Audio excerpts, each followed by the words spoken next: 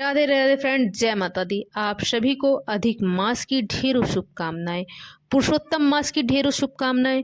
प्रिय दर्शकों, आज की इस वीडियो में हम बात करेंगे आने वाले अधिक मास की, पुरुषोत्तम मास की। अधिक मास कब से कब तक रहेगा और कौन सा महीना है जो 2 बार रहने वाला है। आप सभी जानते हैं कि प्रत्येक दिन 3 वर्ष में वह समय आता है जब एक साल में एक महीना अधिक होता है। इसी को हम अधिक मास कहते हैं। इसी को कहते हैं, भगवान नारायण ने इसे अपना नाम दिया है और कुछ लोग इसी को मलमास के नाम से भी जानते हैं। इसकी महिमा शास्त्रों में लिखी गई है। तो यह जो अधिक मास है, इसमें हमें क्या करना चाहिए, क्या नहीं करना चाहिए, कैसे यह पुण्यदायी है, क्या इसके लाभ हैं, और जब अधिक मास होता है तो हमें व्रत शुरू करने चाहिए, नए व्रत या नहीं करने चाहिए। यदि कोई व्रत आप नहीं कर रहे थे अभी तक, तो आप नया शुरू करना चाहते हैं, तो क्या आपको शुरू करना चाहिए या नहीं करना चाहिए।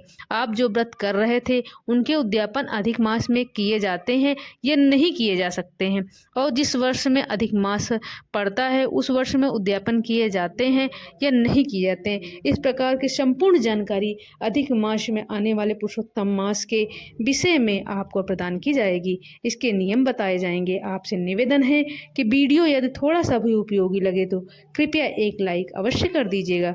परमेश्वर वासुदेव कृष्ण की कृपा प्राप्त करने के लिए कमेंट बॉक्स में अवश्य लिखिएगा, ओम नमो भगवते वासुनारायण। हम यहाँ सभी व्रत और त्योहारों की सही जानकारी, शास्त्रीय जानकारी देते हैं। ज्योतिष शास्त्र के अनुसार पंचांग के आधार पर हम आपको बताते हैं कौन सी तिथि कब है, व्रत आदि कब करना है, क्या विधि है, क्या नियम है और क्या गलती नहीं करनी है। यदि आप सभी व्रत त्योहारों की सही शास्त्रीय जानकारी पाते रहना चाहते हैं तो कृपया मेरे चैनल को सब्सक्राइब करके और बेल आइकन का प्रेस जरूर कीजिएगा। आइए प्रिय दर्शकों, बात करते हैं आने वाले अधिक मास की, अर्थात पुरुषोत्तम मास की। प्रिय भक्तों, यह नव संवत 2026 चल रहा है। इस नए संवत का नाम है रुद्र संवत्सर में इस वर्ष में अधिक मास होने जा रहा है। यह जो अधिक मास है ना, यह प्रतिवर्ष नहीं होता है, अर्थात हर साल नहीं आता है। ये हर 3 साल में एक बार आता है। जो अधिक मास होता है वह वैसा नहीं है कि एक महीना ही होता है जो बार बार डबल आता है, यह बदलता रहता है। किसी वर्ष कोई महीना बार बार होता है, किसी वर्ष कोई और अन्य महीना 2 बार होता है। प्रिय भक्तों, अधिक मास के विषय में एक और जानकारी दूं कि यह सदा शुक्ल पक्ष से ही प्रारंभ होता है। नया महीना जो है कृष्ण पक्ष से आरंभ होता है।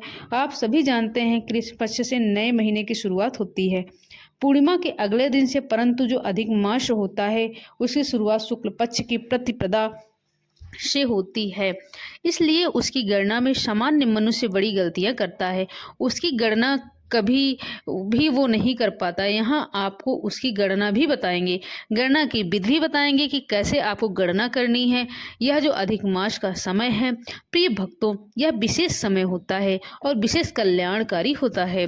शास्त्र कहते हैं कि अधिक मास में आपको जितनी हो सके भगवान की भक्ति करनी चाहिए, जितना हो सके निमित्त पूजा पाठ करना चाहिए, जप तप करना चाहिए, दान करना चाहिए। इस महीने का महत्व दान, जब तक प्रभु भक्ति कथा श्रवण के लिए बड़ा अधिक बताया जाता है।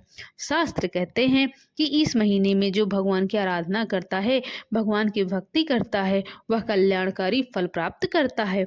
हे भक्तों, अब यह जानते हैं कि यह जो महीना है अधिक मास या पुरुषोत्तम मास, यह इस वर्ष में 2026 में कब आरंभ होगा और वह कौन सा महीना है जो 2 बार आने वाला है। इसकी गणना किस प्रकार की जानी चाहिए। प्रिय भक्तों, इस वर्ष 2026 में जो अधिक मास रहेगा वह ज्येष्ठ मास में रहेगा। ज्येष्ठ का महीना जो होता है, ज्येष्ठ मास, जिसमें बहुत अधिक गर्मी होती है, ज्येष्ठ महीना इस वर्ष पुरुषोत्तम मास है। अधिक मास होने की वजह से अर्थात ज्येष्ठ का महीना 2 बार आएगा।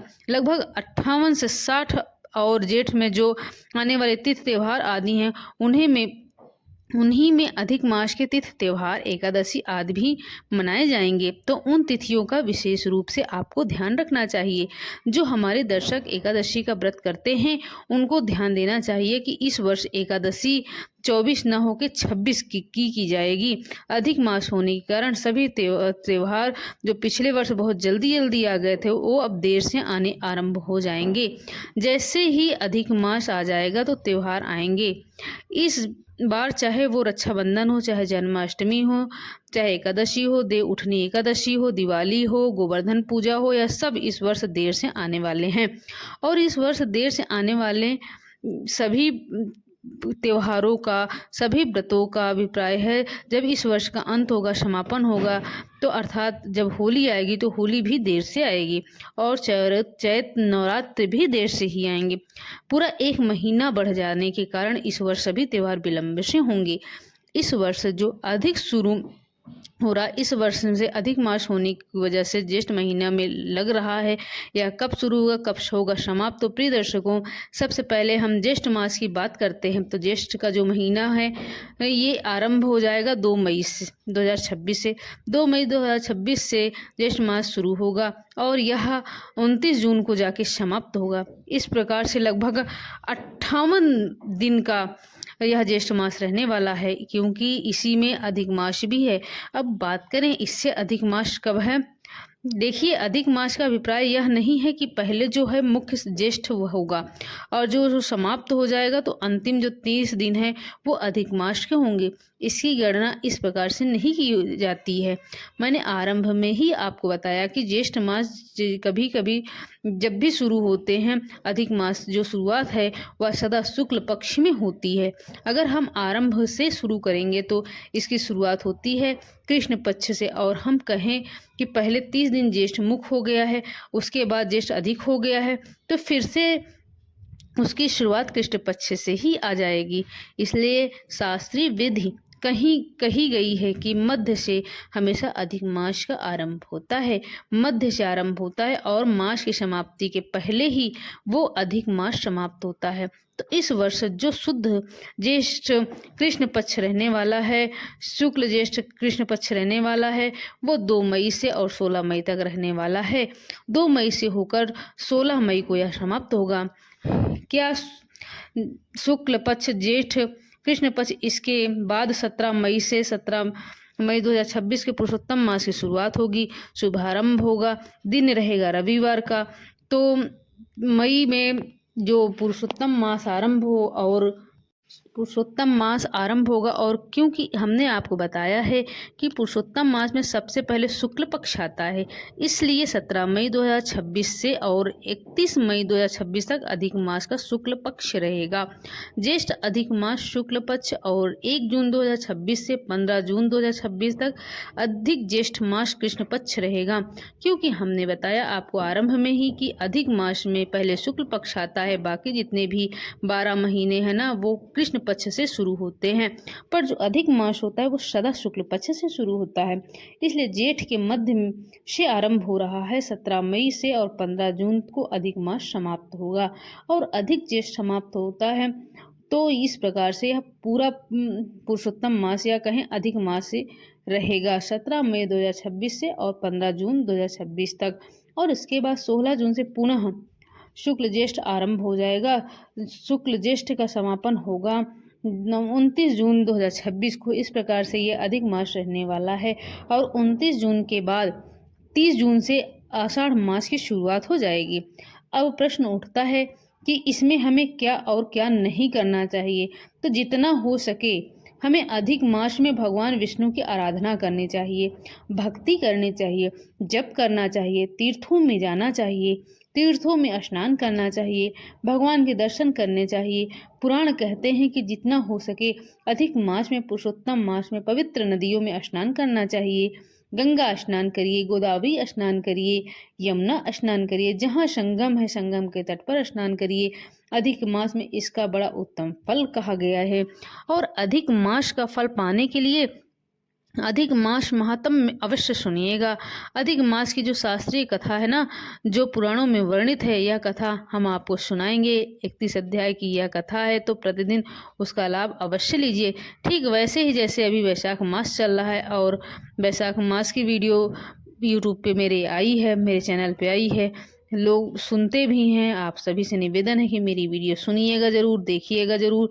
भगवान ने कहा है, स्वयं देव ऋषि नारद के द्वारा सुनाया गया, सूत जी के द्वारा लिखा गया, वहाँ हम अपने से सुना रहे हैं और सदा हम अपने चैनल पर वही सुनाते हैं जो पुराणों में वर्णित रहता है। यह हमारे पूर्वजों की कृपा है, क्योंकि हमारी चार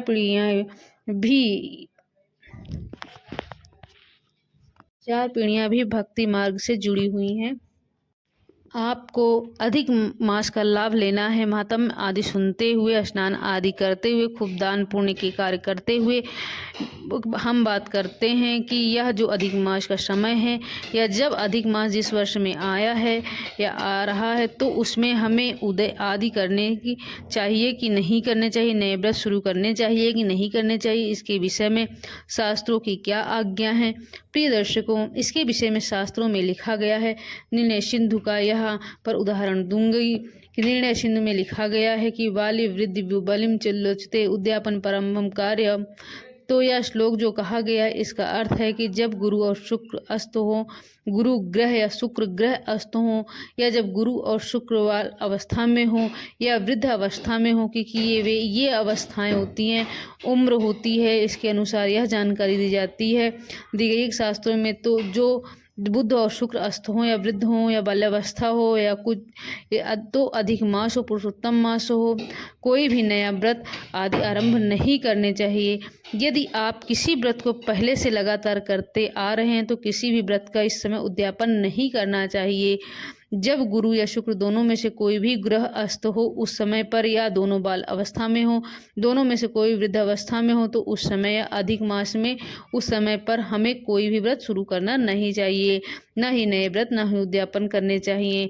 यदि योग कभी वेदारत हो, या हम कहें कि अमावस्या आदि हो, तो भी हमें नया व्रत शुरू नहीं करना चाहिए। उस दिन से ना ही हमें उस व्रत दिन पर करना चाहिए, न शास्त्रों ने सीधे सीधे मनाही करी है। इसके साथ कार्य के लिए प्रिय दर्शकों, मामले में आपको सावधान रहना चाहिए, जितना भी हो सके लोगों को बताना चाहिए, क्योंकि इस वर्ष 2026 में अधिक मास होने के कारण कोई भी नया व्रत शुरू करना नहीं चाहिए, और उसका कोई भी किसी व्रत का उद्यापन भी नहीं करना चाहिए, तो वह भी उचित नहीं है।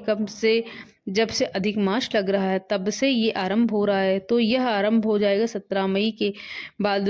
आपको कोई भी नया व्रत आरंभ नहीं करना चाहिए, और ना ही पुराने किसी व्रत का उद्यापन आपको करना चाहिए। इस वर्ष में कोई उद्यापन और नया व्रत आपको शुरू नहीं करना है, क्योंकि इस वर्ष में अधिक मास लग रहा है। अधिक मास 17 मई को लगेगा, तो इसके बाद आपने शुरू करना है।